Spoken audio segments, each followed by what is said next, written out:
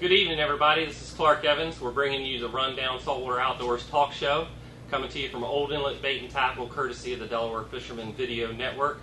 Tonight we have special co-host with us, Alan Rosenberger. How is everybody? Good. We're doing good. And as always, we have Brad Clark. Yeah, how you guys doing? Just want to apologize. Couldn't have Mako Man, the Old Inlet dog, with us. I came straight from work to be here with you guys. So just wanted to say I'm sorry about that, because I know I'm going to get in trouble when I get home, because he knows when I've been here. So yeah, you're going to get a good snubbing. Yeah, and I tagged him on Facebook for this. Oh, he reads it. Yeah. We're going to jump right into things, folks. The fishing picked up this past weekend, finally, after a long, cold winter that would not go away. Things picked up in the inlet on Sunday evening. They were catching a few more stripers than they had after dark. They were using storm lures or swim shads, and they were also using shad darts. And I think the best time on Sunday was actually the outgoing tide. So that's gotten going, and incidentally, there were a few more keeper tog picked up in the inlet over the weekend. So that's coming along. Green crabs, as always, we'll have samplies hopefully within the next couple of weeks. The last time I heard, they were still about a foot down on the surf. We were catching them on Sunday. Were you? Were they up top? They're about 5 inches down. Oh, good. That's a good sign. That means that water's getting warm, and that means things are going to start heating up. So that's very exciting to hear. Were they long lining, or I mean, I know me personally when I'm fishing the swim shads and the shad darts, I'm keeping them close to the rocks. Yeah, these fish were tight to the rocks. I have not heard much going on with the long liners like we usually have this early in the season. That just hasn't popped, and just every year is different. Yep, every year is different. We have Alan in tonight to talk about some good surf fishing action he encountered over the weekend. This weekend, it was me, Jason Sneed of You Sneed This Gear, and a few of our other friends. Over the weekend, we fished on Sunday, right out here in Delaware Seashore State Park, pretty much just across the street from the shop. I think total from the group, we caught over 100 stripers, over a dozen blowfish, and a good number of bluefish up to 20 inches. The bluefish we hit were mostly on a mullet rig. Everybody has frozen mullets still usually this time of year. The hot color was chartreuse for that. There was also a couple caught on fireball rigs with small chunks of bunker. And all the stripers were caught in close right outside the wash, say right up where the clean water meets the dirty water on top and bottom rigs with a little piece of fish bites or bloodworm. That's very exciting. That's So, good to hear. You said chartreuse. I'm looking at what you selected here. Was that just a coincidence that you selected all chartreuse, or was the hot color chartreuse all the way across the board? Chartreuse was a hot color all the way across the board, especially for the bluefish. I got you. That's great. That's great. Good stuff. I'm here to talk about a little bit of flounder action. 2 weekends ago, I went out on Sunday. It wasn't the nicest day to be out there, but we still ventured. Our water temperatures ranged from like 48 and a half. We saw as high as like 56.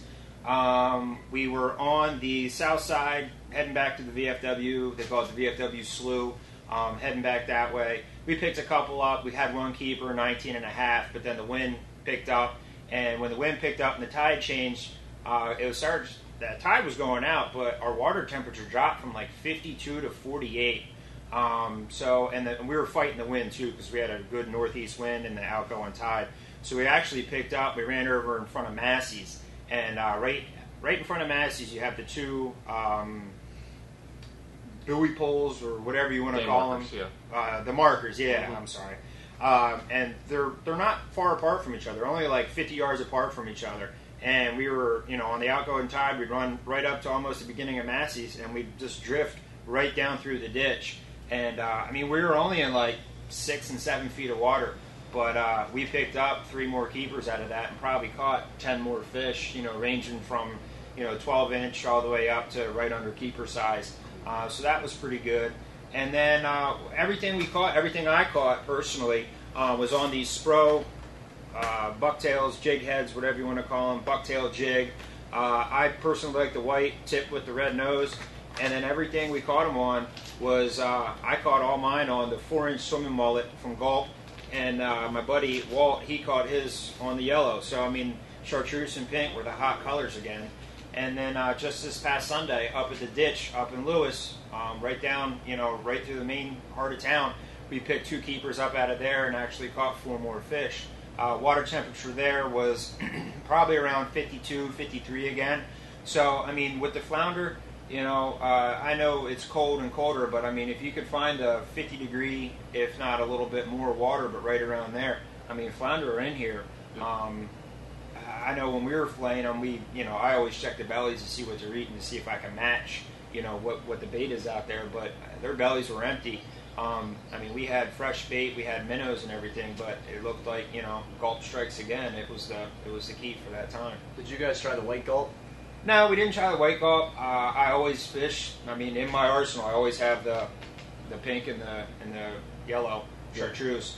And I mean, it was hot. And the thing is, typically around this time of year, you get that real bump, bump, bump, and you're like, and you got to let them eat. But I mean, they were hitting it hard. When you got a hit, you knew you had a fish. It wasn't just the bottom. So the reports over the last week, just coming here at the store, are very similar. It's a lethargic bite where they just take it and kind of go with it. You got to let him do it. The ditch at Massey's has got some fish in it, and alcohol water, especially if you can get it in the afternoon. Yeah, because it warms up all day. So, exactly. Yeah, so that warmer water gets those fish moving a little bit more. When it's real cold, they kind of just lay low. Yeah, so. Early season flounder. We have been telling these guys for years these fish are here, and a lot of people like to run down to the eastern shore of Virginia, and we're finding out they've been running over the fish for years. I did good down there. I mean, we went down to Follies Creek 3 weeks ago, and I mean, by 10 o'clock in the morning, we were pulling them in, but, the limit down there is 16 inches, so it was a little bit easier. Oh, yeah. So. Yep. So things are firing up. Good weekend coming up, good weather report, so we hope to hear what y'all have, and find us on Facebook. We'll make you famous. All right.